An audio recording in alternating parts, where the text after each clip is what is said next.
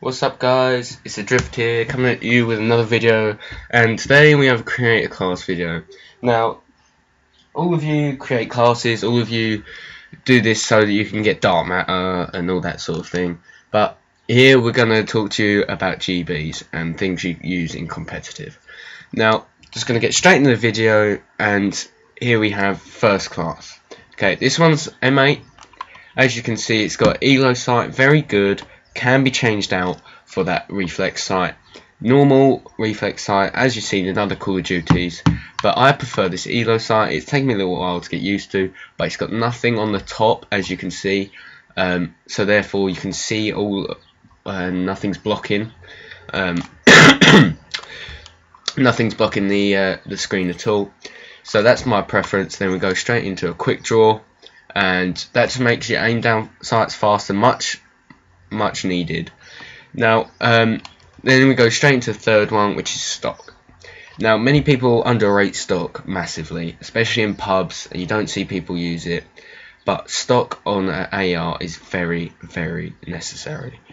You need stock to be able to move faster whilst you're aiming down sights. Gives you that ability just to have that little bit of advantage in those gunfights.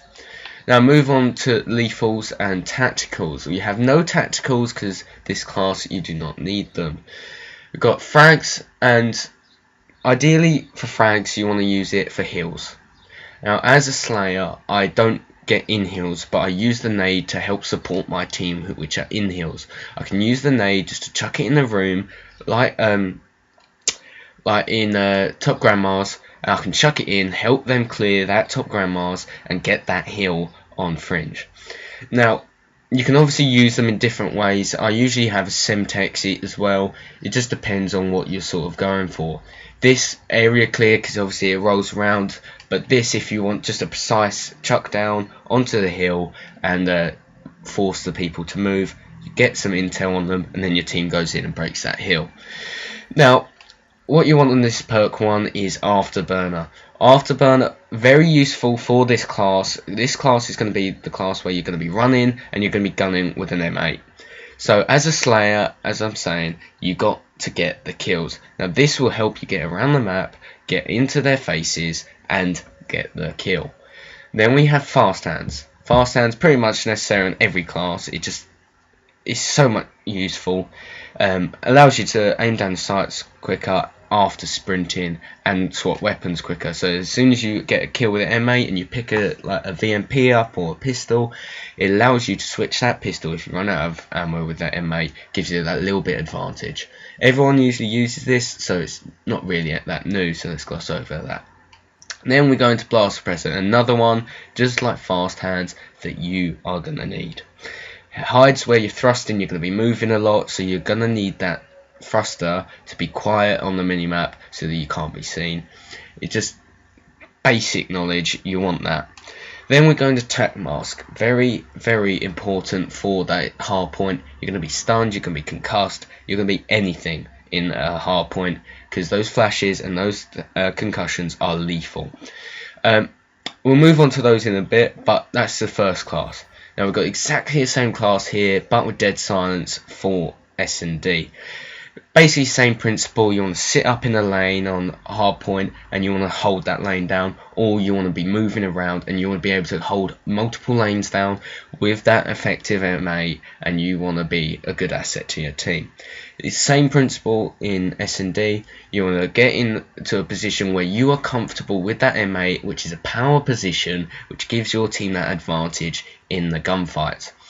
Ideally, you want to use it to look over your teammates who are getting the bomb down, like Apollo in our team. He gets it up, he's got his SMG, he'll switch up to an AR, but if he has bomb, it's easier to watch with an M8 at long range and hold down those long range sights if they've got SMG. And then Riots, who are basically our heal bitch or our bomb taker, he's going to want that support because he's going to have an SMG. He's not going to be able to take those long range, so that's where you're going to come in handy. Now move on to third class, and this one is just basically my go-to, what I use a lot, what I use just to get those kills and get in their face. Now, same setup, same elo, quick draw and stock. And then we go straight to secondaries. This is where it changes a bit. Got the RK5. Now, RK5 or LCAR, you can use either, but in comp, there was the time where the MR6 was absolute beast. 2-3 shot kill, that is it. Now, with the RK5, gets you that 3-round burst, gets that pressure on them, and you can get loads of kills with it. Same with the LCAR, more fully auto, but the RK5, very easy to control. So, then we go on to lethal, frag, semtex, like I was saying, and then here we have the concussion. Concussion can be swapped out with that flashbang or the EMP. Now, most teams, they value EMP, flashbang, and concussion just because of their effectiveness. If you're playing against a team and you're playing a best of 3, and you know from the first time you play them that they use guardians, they use sentry guns, that sort of thing, you want that. You want this EMP because it can take it out and it can be an asset to your team. Now, flashbang, concussions, and EMPs, you've got to watch that in the pick and bans because that will be one of the areas where most people will ban. And if you're able to protect it because you know you can use it well, then go be it. But ideally, you don't want to use flashbangs and concussions. You want to rely on your gun skill, but the concussion is very good if you're going to break a hill or you're chucking it in a room to clear someone. Then we have the same setup, afterburner, fast hand and blast suppressor. No dead silence, this one's usually my hardpoint class, but you can get rid of the lethal and put another concussion or EMP. Moving on to my 4th class, this is the VMP, SMG, get up in your face, help team. Now this is ideal in evac. Evac, very close quarters, not very good for M8s. Most of the time.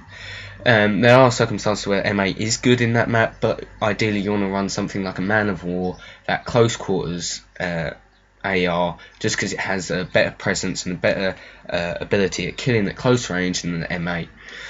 Now, VMP, moving into this class, VMP, you want a grip and you want quick draw and you want stock. Not a lot of people use stock, but you can use stock because it is highly effective. It forces that person to move slower because they haven't got stock, but if you've got stock, it means you can move faster whilst aiming down sights. You can get in and out, meaning they're going to have to constantly change the angle of their gun, the way they're shooting, because you're going to be everywhere. And it just means that you can run in their face and not be afraid of losing those battles because you will have the best thing necessary. Now, I used to run long barrel in Black Ops 2, and I used to use that a lot on the MSMC. In this game, don't need it.